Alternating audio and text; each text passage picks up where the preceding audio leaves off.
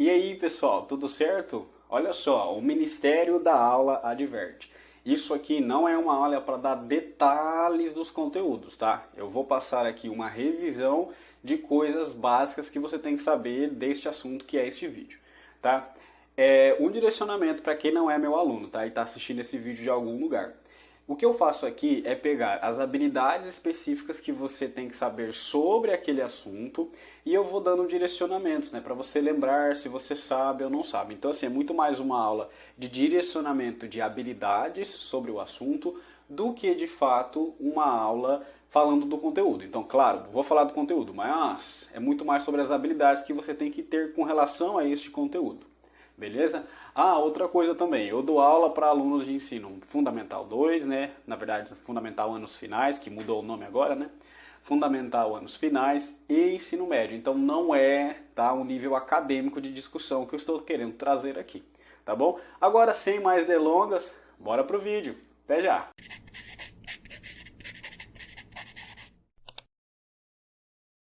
Então vamos lá, vamos começar isso aqui.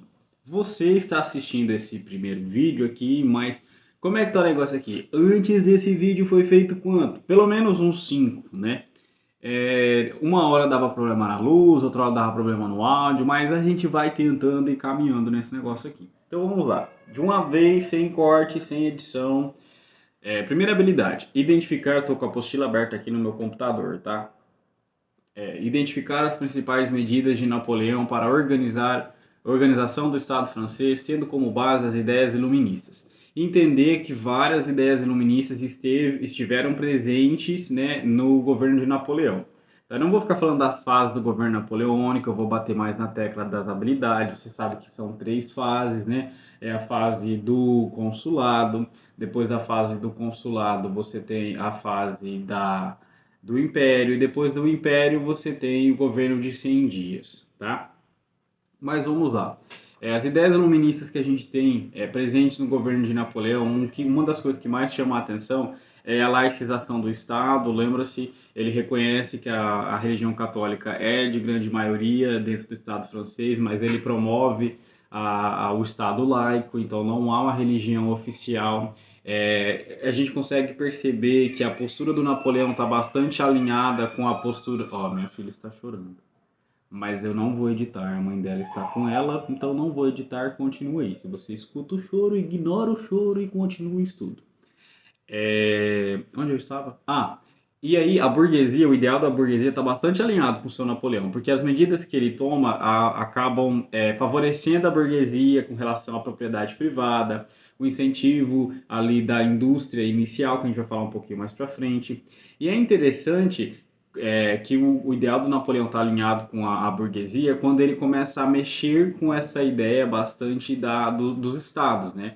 Dos 3 estados. Lembra que o ideal iluminista é o ideal da burguesia, e uma coisa que fica muito chamativa com relação a esse terceiro estado que está insatisfeito, que é a burguesia, quando a gente sai do consulado e entra no governo do Império de Napoleão. Ao momento de coroação de Napoleão, aquela imagem que nós analisamos, né, do Napoleão se autocoroando, mostra que a igreja não está tendo tanto poder assim, a igreja católica não tem tanto poder assim dentro da França mais.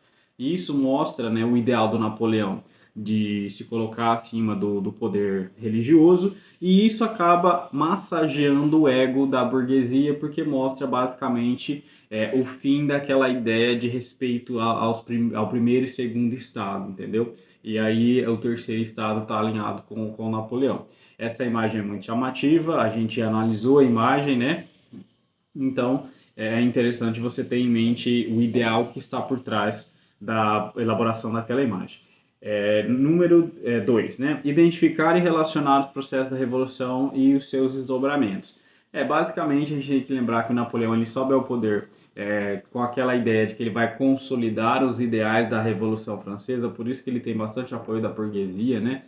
Porque tinha aquele momento, o momento final da Revolução Francesa, você tem muitos insatisfeitos com o processo que aconteceu na Revolução Francesa, querendo de volta a monarquia, e o Napoleão Bonaparte ele sobe ao poder com essa ideia de consolidar o ideal da Revolução Francesa. Terceiro, identificar o objetivo de Napoleão de tornar a França a maior economia da Europa. Então, Napoleão tinha um objetivo claro, de transformar a França a maior economia da Europa, como já está sendo falado ali, e ele tem um obstáculo, né? Que é a economia inglesa. A Inglaterra já era industrializada e ele quer começar esse projeto de industrialização, ok? Uma aguinha aqui para melhorar a garganta. E aí, dentro desse projeto de economia, de melhorar a economia francesa, incentivar a iniciativa privada, aumentar a questão da iniciativa para a indústria e tudo mais, e dentro do Império ele começa o processo de expansão geográfica, de expansão territorial, tentando transformar a França no Império, o que de fato virou, né? O Império Napoleônico, a Era Napoleônica. Mas aí a gente tem que conectar com a outra habilidade que é compreender a motivação para o bloqueio continental. Nesse processo de expansão, de tornar a França a maior potência da Europa e tudo mais, ele esbarra com a Inglaterra, né? Um obstáculo à Inglaterra. E aí ele não consegue, de fato, dominar a Inglaterra por meio de batalha, né? Por meio de guerra. Então ele tenta uma jogada que é o quê? Já que ele já tinha dominado, né? Grande região, né, grande parte da Europa, ele faz o bloqueio continental, que é o que está sendo falado aí. Ele bloqueia o continente europeu para a Inglaterra. Então, os países que ele tinha domínio na Europa não podiam comercializar com a Inglaterra. Qual era a finalidade disso? Não conseguindo vencer a Inglaterra por meio da batalha, ele queria fragilizá-la economicamente, deixando debilitada. Então, essa foi a finalidade do bloqueio continental. E aí a próxima habilidade que tem é relacionar a campanha da Rússia. Dois países em específico a gente vai comentar relacionado ao bloqueio continental. Dois países que desrespeitaram o bloqueio continental.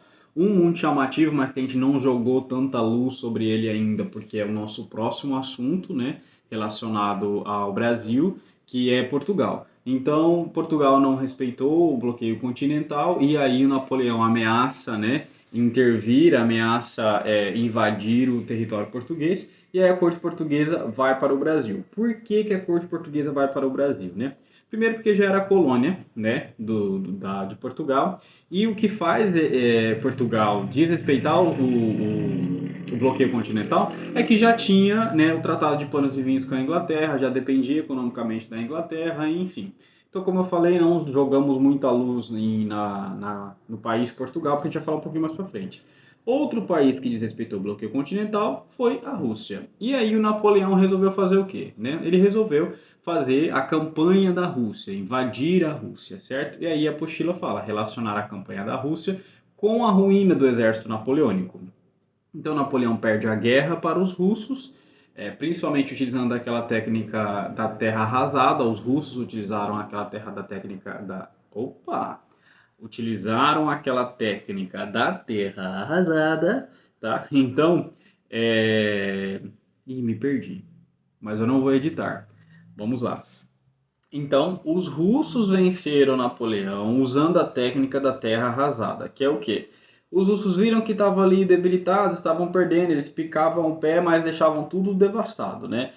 Os prédios públicos, as plantações, as nascentes d'água, enfim. Então deixava tudo arrasado, como o próprio nome diz. Então Napoleão ele vencia no sentido de avançar sobre o território, mas chegava num território que não tinha água potável, não tinha comida, e aí o exército acabava morrendo à míngua, ou seja, com fome, sem água, e uma coisa muito chamativa é o intenso inverno russo, que faz com que as tropas francesas também morram de frio, tá?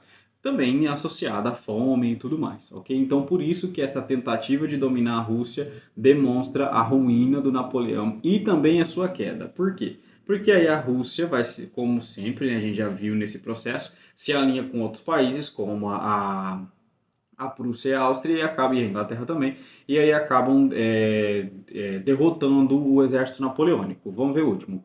Problematizar o ideal burguês e liberal com o autoritarismo de seu governo. Problematizar por quê? Quando você sabe que quando aparece a palavra problematizar, é você filosofar sobre essa questão, que é uma questão conflituosa. Então, por que é conflituosa? Ao mesmo tempo que o seu Napoleão se demonstra liberal, né, favorável à ideia iluminista do Estado laico, da burguesia e tudo mais, tem pontos que chamam bastante atenção. Um dos pontos é a censura, ele é altamente censurador, ele basicamente centraliza o poder na mão dele, com esse pensamento burguês liberal, mas a gente também tem que lembrar a questão da mulher, né, a não inserção da mulher no mundo econômico e político, a obediência que a mulher tinha que ter para os seus maridos e tudo mais. A outra coisa que a gente tem que entender também, que eu acabei não falando lá em cima, é a questão do o alinhamento com o ideal iluminista, é a criação da educação laica, né? A criação dos liceus, lembra-se, uma educação mais laica. Então, tudo isso está alinhado com o ideal iluminista, mas ao mesmo tempo, a última habilidade fala que ele tinha uma postura bem autoritária. Tá? Então, é isso que você tem que entender: que o governo napoleônico, após a Revolução Francesa, empreendeu esse tipo de governo, alinhado aos ideais iluministas, aos ideais liberais, que agradou bastante a burguesia, principalmente no confronto com a religiosidade. Não vou editar, transformando a França num Estado laico, mas também ao mesmo tempo tendo bastante caráter autoritário, bem semelhante aos reis, né, aos monarcas absolutistas, né? Então, esse é o teor do módulo 8. Você tem que entender essas coisas, essas são as habilidades. Agora a gente vai para o 9. Vamos agora então para o nosso próximo vídeo, a nossa próxima parte, que é o módulo 9. O módulo 9 ele é bem curto, bem simples para você entender, não preciso ficar me delongando muito porque a gente está aqui baseando-se nas habilidades. Você tem que ter a habilidade de entender que o preceito maior do Congresso de Viena, Congresso é reunião que aconteceu em Viena, certo? Na cidade de Paris, cidade parisiense. A ideia geral aqui era o seguinte: basicamente, Napoleão saiu do governo, vamos reorganizar a Europa do nosso jeito, sem o Napoleão. Os objetivos eram baseados em 3 preceitos simples, né? Legitimidade, que era as monarquias legítimas devem voltar para os seus tronos. Por que legítimas? Porque eles julgavam as monarquias que o Napoleão tinha tirado, né? E colocado outras pessoas, eles não julgavam essas pessoas que entraram de legítimas, como por exemplo a da Espanha, que o Napoleão colocou o seu irmão, certo? Entre outros países que Napoleão tinha tirado a monarquia de sangue e colocado outras pessoas. Então o preceito de legitimidade é o que? É retornar as monarquias para os seus devidos lugares, seus devidos tronos. Então é isso que dá um caráter de querer retornar o absolutismo, basicamente. Depois do preceito secundário, é o preceito de equilíbrio. O que é o equilíbrio aí que a gente está falando? É restabelecer as fronteiras da Europa, como que elas eram antes do Napoleão ter dominado as regiões, para manter a paz entre esses países monárquicos.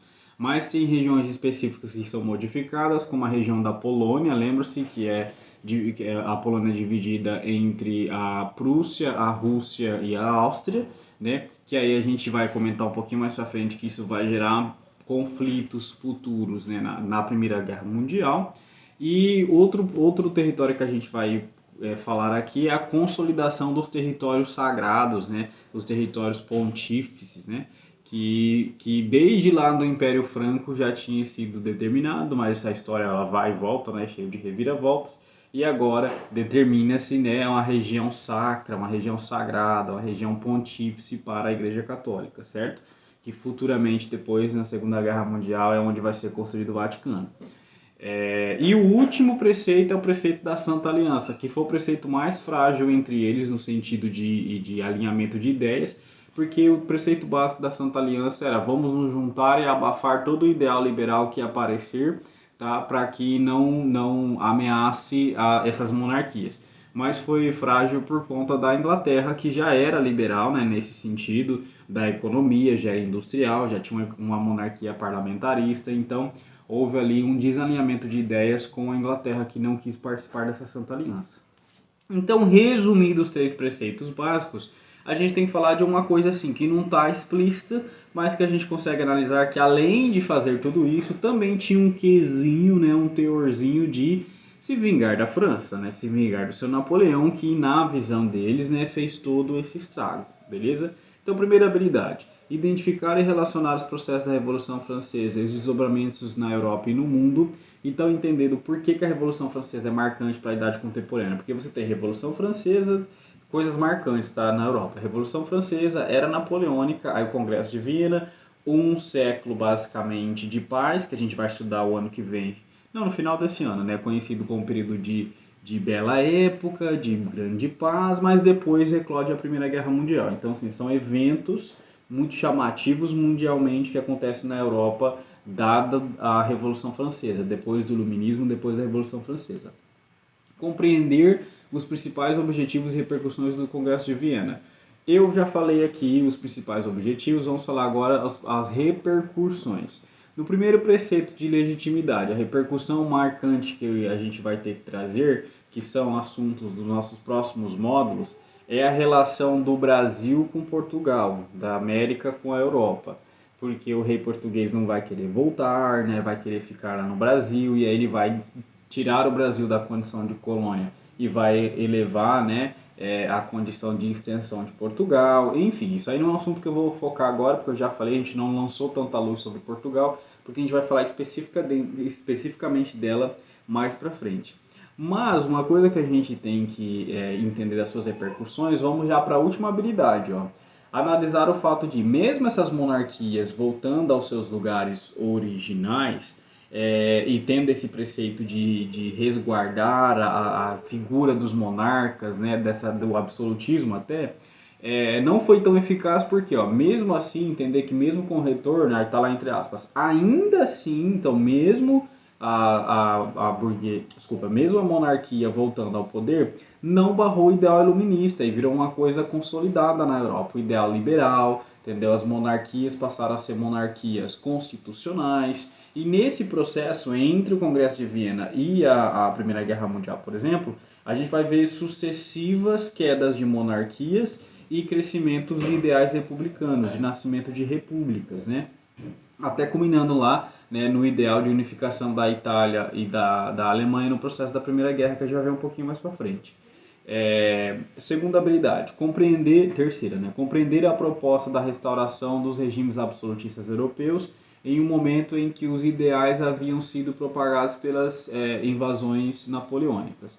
Não vou ficar falando muito sobre isso aqui, porque eu já comentei. Um dos ideais do Congresso de Viena era reestabelecer o absolutismo, mas não deu muito certo, porque os ideais liberais já tinham tomado conta, essa ideia de laicização também já era algo muito chamativo para a época, que chamava atenção, que as pessoas já falavam, já comentavam e assim por diante. Esse módulo ele é bem, ele não vou falar que ele não é importante, tá? Ele é importante, na verdade eu acho que ele é até mais importante do que o período napoleônico no meu ponto de vista, mas ele é mais simples de entender, ok? Por isso ele vai fazer de forma mais rápida, ele vai ser feito de forma mais rápida. Compreender o nascimento dos nacionalismos e a construção de identidade dos povos que sofreram com as invasões da França. Não precisa focar muito nessa habilidade, tá? Para esta prova. Porque essa habilidade a gente vai focar mais lá no final do ano, quando a gente falar do contexto da Primeira Guerra Mundial, tá? E a gente vai falar sobre os nacionalismos, as ideias de defender a sua nação, então é um pouquinho mais pra frente, tá?